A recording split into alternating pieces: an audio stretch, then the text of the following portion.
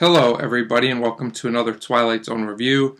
Today it is Season 3, Episode 8, It's a Good Life, written by Rod Serling and starring Billy Mooney as Anthony, John Larch as Mr. Fremont, and Cloris Leachman as Mrs. Fremont. And all I have to say is, Twilight Zone, you did good, you did real good. I'll say before I get into this episode, because there's a lot to get into, that this is one of my favorite Twilight Zone episodes of all time. And you'll see why as we go through the episode more. So the episode actually starts with a great Rod Serling narration introducing us to all the people of this unique town called Peaksville, Ohio. I believe, and he introduces us to the parents and some of the side players, and then he tells us he forgot to introduce us to our main character who makes the story go, which is the monster, and then we see a 6-year-old boy named Anthony. This, to me, is more than anything what makes the episode a genius concept by making this character a child. We are also told some of the things that Anthony has already done. It is explained that he knows others' thoughts, and he has the ability to change them into any creature he wishes and also send them away to a cornfield. Now, I also have to give kudos to Serling for a good script adaptation. Also, director James Sheldon, who makes this feel like a cinematic movie, which is a compliment. And also, this episode has a good musical score on top of that, which really sets the tone. With all that being said, we start the episode with a delivery man, and he tells Anthony, who he sees playing outside, that it's a really good day, because that's how these people talk. But you can tell that he's really terrified under the surface, which is a brilliant concept. We are also introduced more to little Anthony, who we find out made a 3-headed gopher, and then he decides he's bored with it and he kills it. So this tells you just what this kid is like. But the man tells Anthony that he did a really good thing. He encourages him. That will come back into play later. So the delivery man goes inside and talks to Mrs. Fremont, who we learn more about here. He says to make sure you tell Anthony I brought items specifically for him, so you can tell everybody wants to be on this kid's good side. We also find out at this point that it is going to be TV night and somebody's having a birthday. So that's something that we should all look forward to. But you can really tell during all this that Mrs. Fremont is as scared as everybody else. After a little bit of time, we go to a scene with Mr. Fremont and our buddy Anthony, and we find out that Anthony has done some other things. He's made most of the dogs disappeared. He's turned pigs into monsters. And what Anthony's really upset about is that no other children have come to play with him. He wants somebody to play with him. And we find out Mr. Fremont explains that, well, last time children came to play, you made them disappear into the cornfield. So, and if you make everybody disappear, nobody will be, left. And, so take that for what it's worth. But he also tells Anthony that all these things he did were good things to do. And at this point, Anthony makes another dog that he doesn't like disappear. So he's just adding to his collection, I guess.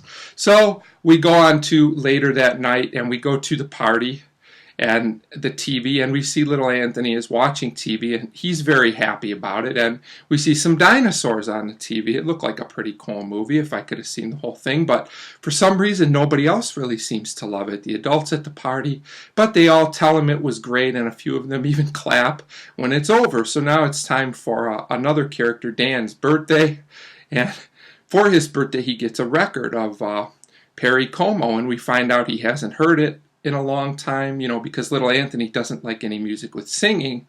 He only likes instrumental music.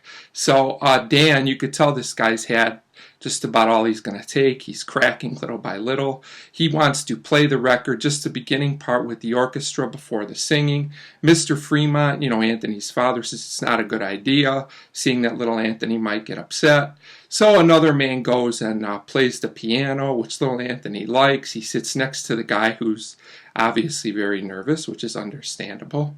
And during this point, Dan starts drinking and he breaks something, probably a glass. Little Anthony is not happy. He tells him, don't interrupt the music, very sternly. But Dan keeps drinking, making noise. He starts talking loudly. And at one point, he really gets upset and he deliberately smashes a glass up against the wall. And he attacks Anthony's parents, says it's your fault. You're the ones that had him. You brought him into this world. And little Anthony's starting to get mad. He calls him a bad man. Dan brings up, now this is where things really get interesting. He tells the people, you should do something about this kid while he's thinking bad thoughts about me. Somebody should attack him, hit him over the head. Maybe we can get rid of him. But everybody, including his own wife, is too scared to do it. So ultimately, Anthony gets more and more upset. He once again tells Dan he's a bad man and he's thinking bad thoughts about him, and I guess he needs to get rid of that negative energy. So he wishes hard and he makes Dan into a jack-in-the-box, which looks so fake and ridiculous, but yet scary somehow. So it works. And at this point, everybody's horrified at seeing a living jack-in-the-box there, which is understandable.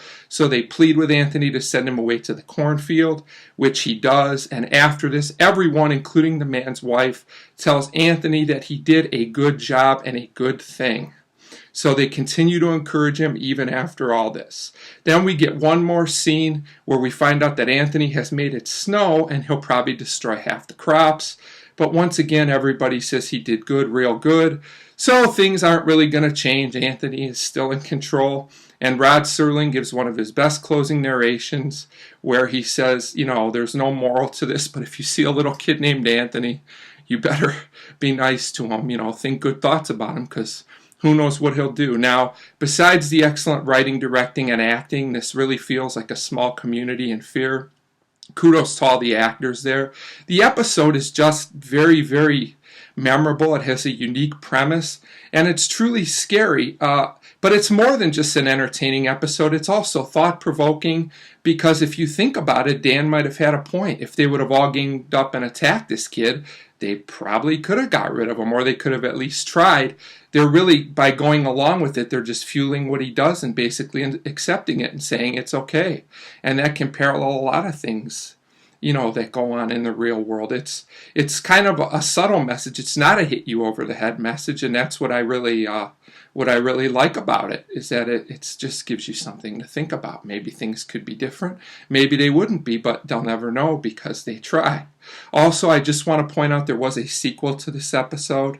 When Twilight Zone came back in the third version of it, and it's not as good as this episode, but it is entertaining in its own way, and if you like this, I would recommend that.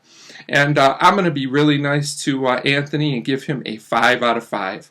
I think this is one of the best and most memorable episodes ever, and I can't really find any fault with it. It's entertaining and thought-provoking. So 5 out of 5 for It's a Good Life. I recommend it to all Twilight Zone fans and just people in general who like good TV. As always, thanks for watching.